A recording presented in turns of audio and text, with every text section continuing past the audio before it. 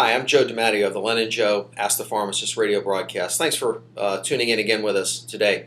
I just went through and put together kind of a prevention to diabetes and a preventive aspect to diabetes.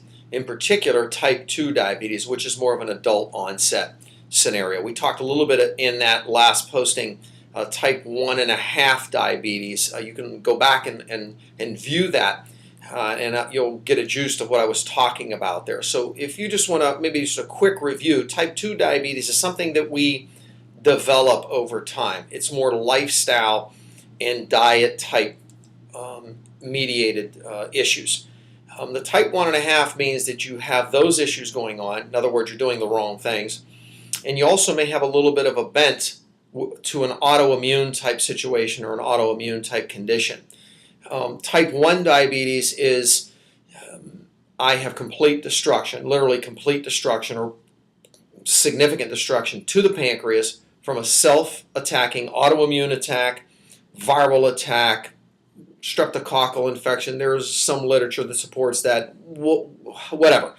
I believe that there are a lot of issues which will come in further postings, but what I think leads up to, in many cases, autoimmune disorders, such as type 1 diabetes. There's actually literature that shows that maternally gestational periods, that a mom that has significantly higher or more normalized levels of 25-OHD, which is vitamin D, her blood levels, the offspring has a reduced incidence of development of type 1 diabetes and other types of autoimmune disorders.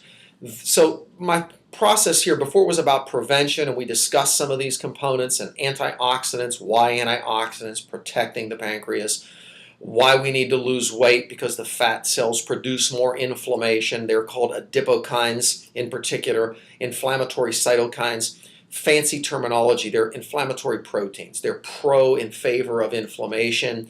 They reduce the efficiency of sugar, glucose, insulin that you're producing, that hookup, take into the cell. It reduces that efficiency. It also can encourage more dysfunction longer term with the pancreas and its ability to produce. So that was in the preventative side, giving a little more of the aspects of what we're talking about here. This one I want to talk to you a little bit more about how to, first of all, prevent some of the long-term complications and what you can do if you are a diabetic or if you have a family member or maybe even someone that is moving in that direction. What can they do? Well, let's just talk about some of the basic points. Number one, a low glycemic load diet. A diet that has plenty of fiber, soluble fiber. If you really want me to get technical, you should be somewhere around 45 to 50 grams of fiber a day, of which about half of that, 20 to 25, should be in soluble fiber form. Insoluble forms of fiber really just add bulk to the stool and improve elimination, evacuation, and that's fine. What we need is soluble fiber, because soluble fiber is documented to slow the rate or the rise of how you absorb carbohydrates from the foods that you consume. So a lower glycemic load fiber, which takes into account an adequate amount of soluble fiber, total fiber in general, but more soluble fiber. Foods that contain soluble fibers are going to be, in most cases, vegetables, fruits. We have to be careful of fruits because some are just a little too high in fructose, such as pineapples. Bananas are too high in carbohydrate content. I don't believe that's particularly a diabetic food on a long-term basis. It should be more like berries, blackberries, blueberries, strawberries, cantaloupe. You need to be thinking more along those lines. Vegetables, broccoli, cauliflower, tomatoes, cucumbers, peppers, non-starchy types of vegetables. You can still have potato. I believe you can still have rice. We just need to make better choices. Not a ton of potatoes, without balancing it with fiber from a nice mixed green salad, whatever, mixture of fibers containing vegetables. We should not do a ton of rice. If we're going to have a rice dish, it should be with plenty of vegetables, a stir fry with some cut up chicken breast, some cut up, hopefully free range, free roaming predominantly grass-fed beef that you would stir fry in. And then the rices should be of more of a basmati rice, a long grain, a organic, unprocessed, unmilled, unrefined. Be careful of sauces. I think a lot of the soups, broccoli cheddar, creamed onion, casseroles that have a lot of cream, saucy types of scenarios. They're very high in calories, very high in carbohydrate content, very low in fiber, spike blood sugars. You're getting the wrong bang for your buck. It's exactly the opposite of what you need. More beans, legumes. Chichi beans should be added to your diet, should be put in salads, should be a part at least 1 to 2 of your meals a day. Now these are very generic recommendations. Reasonable meals. Don't overeat at meals. Why? We do not want to put a huge load on pancreatic function. Let me step back. Who is this conversation geared to? It's geared to the diabetic or an individual that's on the precipice and they need to take some action quickly. They need to change what they're doing. That's who this is geared to. So I'm hoping that you're catching that juice. Number 2, high fructose corn syrups, gone.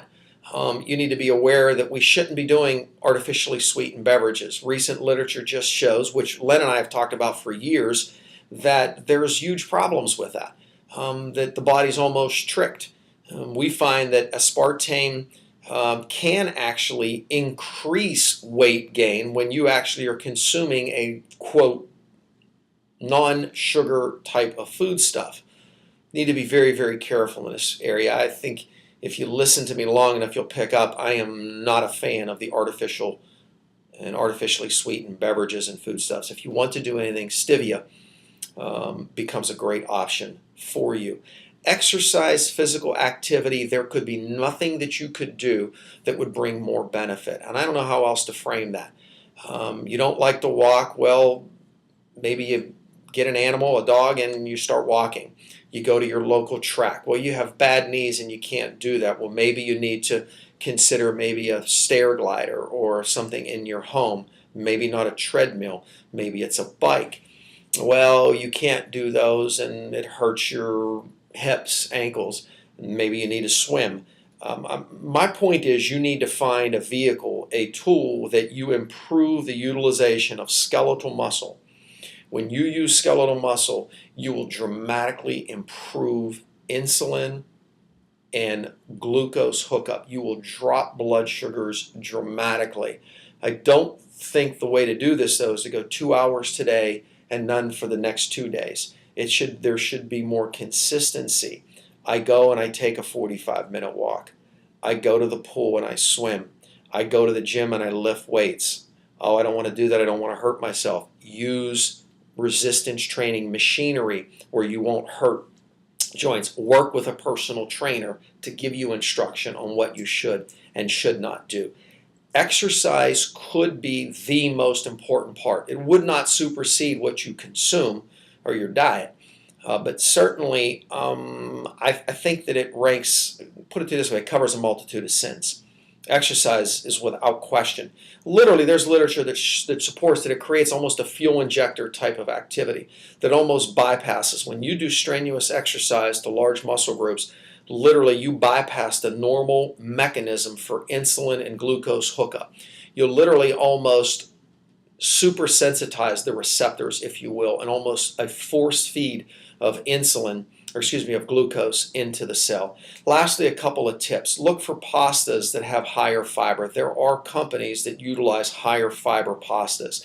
Can I never eat pasta again? I didn't say that. I think you can have pasta, but how about a primavera? How about a sauteed vegetables, multiple vegetables, chicken breast over a smaller serving of pasta? How about chilies that you use less meat, you use more vegetables and more beans? Bump the recipe of the beans, bump the recipe for the amount of vegetables, cut up multiple types of vegetables, and with the same amount of meat, proportionally raise those. Those are just a few tips to help you deal with and battle some of the diabetes potential problems and long-term complications. You must manage your blood sugars. You do have tools. Thanks for listening. See you again soon.